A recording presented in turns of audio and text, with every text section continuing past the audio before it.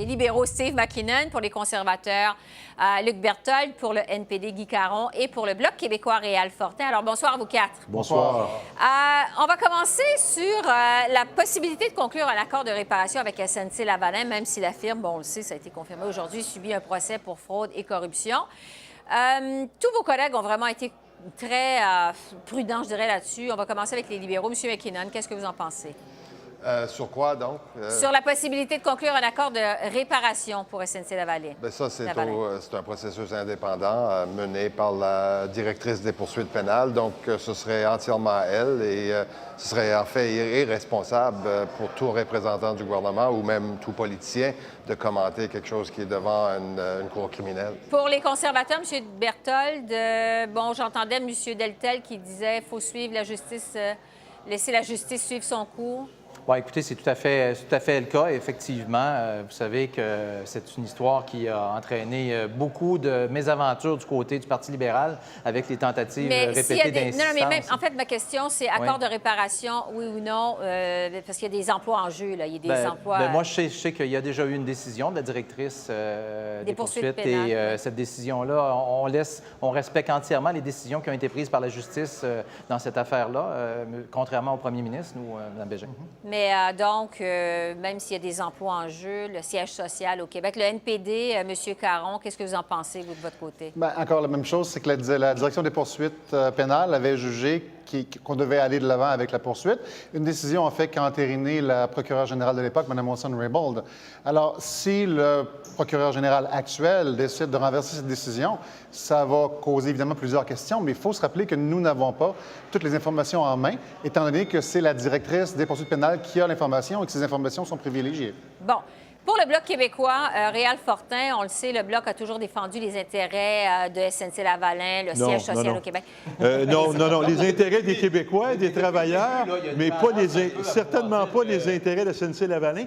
Mais je me permettrais de vous dire qu'en tout respect pour l'opinion contraire, je ne suis pas d'accord avec mes collègues. Oui, allez-y. D'abord, le processus de réparation, ça fait partie du processus judiciaire. Alors, il faudrait peut-être mettre les pendules à l'heure. Il ne faut pas isoler ça comme étant on laisse le processus judiciaire suivre son cours, puis on ne touche pas aux accords de réparation. Les accords sont dans la loi, sont prévus au Code criminel, ça fait partie du processus. Ça, c'est une chose. L'autre chose, le procureur général peut intervenir en tout temps pour conclure un accord de réparation, et ça aussi, c'est dans la loi. Le procureur général, M. Lametti en l'occurrence, a ce pouvoir-là d'intervenir et d'imposer un accord de réparation, d'en demander un. Et on pense qu'un gouvernement responsable se doit de le faire. On parle de 9 000 emplois, 9 000 familles canadiennes, 3 500 québécoises, dont la source de revenus dépend de ça. Ne pas s'y intéresser, c'est irresponsable à notre avis. Donc, pour vous, pour protéger les intérêts des Québécois, c'est important d'y aller avec un accord de réparation. Bien, c'est majeur. Et je dirais même des intérêts des Canadiens. Nous, au Bloc québécois, on représente les Québécois. Mais si j'étais dans n'importe quel autre parti, je me préoccuperais des autres emplois. Encore une fois, on parle de 9 000 au Canada. Ouais. Ce sont des familles dont la source de revenus dépend de ça. Et nous qui sommes les décideurs ici, on va dire, bien, on fait les ponces pilates, on s'en lave les mains. C'est à la faute de Mme Wilson-Raybould, ça vient de finir, la décision est prise. Je regrette, c'est pas comme ça que ça fonctionne. Bon, maintenant... Est-ce qu'il y a quelqu'un qui veut répliquer à M. Fortin?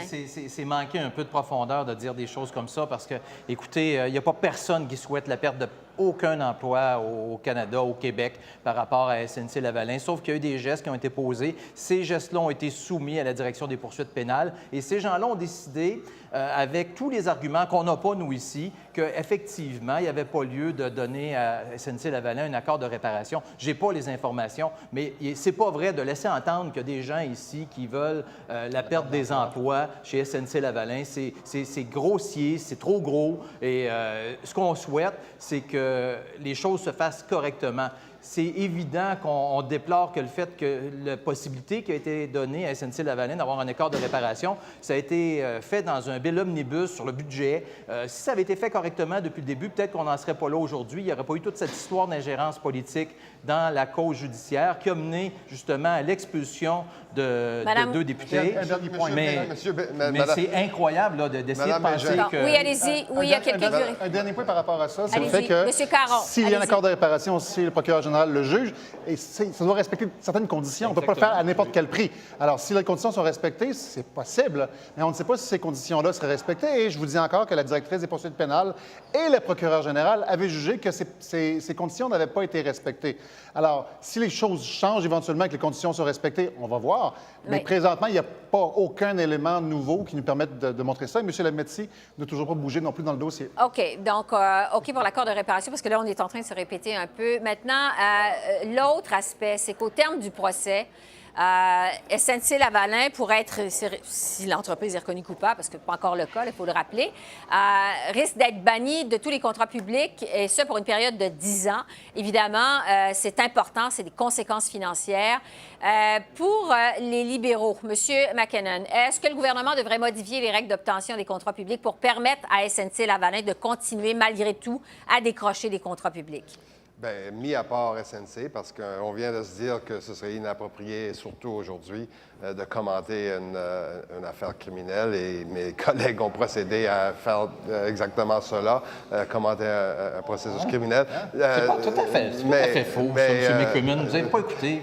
C'est McKinnon, en passant. C'est ça, j'ai dit. Et puis, Mme Bégin, le gouvernement est en train, justement, en toute transparence, d'explorer, justement, les pénalités ou les peines que subissent les compagnies qui ont été trouvées coupables. Nous consultons très largement.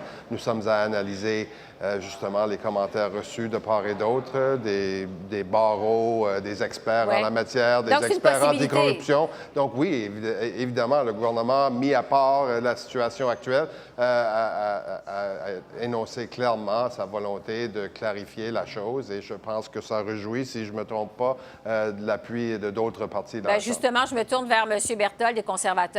Est-ce que ça ferait votre affaire qu'on modifie les règles d'obtention des contrats? Bien, écoutez, je pense que présentement, il y a un grand doute qui subsiste dans la tête de tous les Canadiens et Canadiennes qui ont vu la manière dont ce dossier-là a été géré par le cabinet du premier ministre, par son entourage. Je vous rappelle tous les départs qu'il y a eu. On a fait des pressions pour faire changer. Oui, mais laissez-moi terminer, Mme Bégin, s'il vous plaît. Allez-y, parce que le temps file quand même. Laissez-moi terminer sur tout ça. Là, il y a eu un grand doute qui a été semé. Le premier ministre qui a fait des pressions pour essayer de faire changer les décisions. Puis là, maintenant, on essaie de nous faire croire qu'on peut faire différemment ce qu'on n'a pas pu faire indirectement et illégalement. Donc, Madame Bégin, moi, je pense que je vais toujours avoir un grand doute sur les intentions des libéraux. Ce que je souhaite, c'est que le processus judiciaire suive son cours correctement. Et si la compagnie elle a tous les moyens pour se défendre et pour faire valoir son argument en cours, elle a à faire son travail Mais vous ne répondez pas à la question quand même. Mme Bégin, il radote.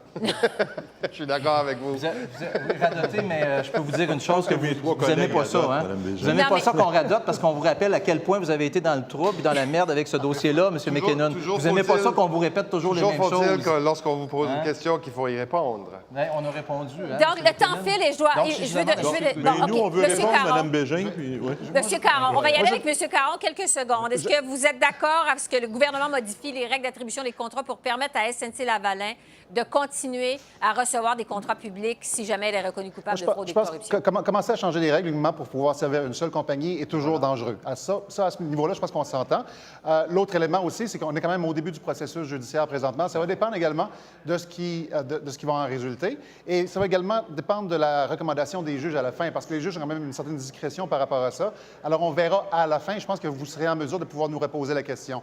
Je vous dirais qu'il est toujours dangereux de faire des changements uniquement pour plaire à une seule compagnie. Monsieur Fortin, le mot de la fin là-dessus. Je suis d'accord avec M. Caron. Faire des changements uniquement pour accommoder une compagnie, c'est un petit peu délicat. Est-ce qu'il peut y avoir des changements? C'est peut-être une bonne chose. Il faudra le regarder. Mais encore une fois, on ne devrait pas, en tout cas, essayer de réinventer la roue. Elle existe. Il y en a un processus de prévu. C'est les accords de réparation. C'est la seule et unique façon de régler cette affaire-là. Et j'invite le gouvernement à prendre ses responsabilités et prendre le taureau par les cornes et régler l'affaire SNC-Lavalin avant, encore une fois, qu'il y ait des dommages trop importants à tous ces gens-là qui travaillent, dont la source de revenus dépend de SNC, en plus de l'expertise de l'entreprise, qui est un fleuron de l'économie puis du savoir-faire québécois.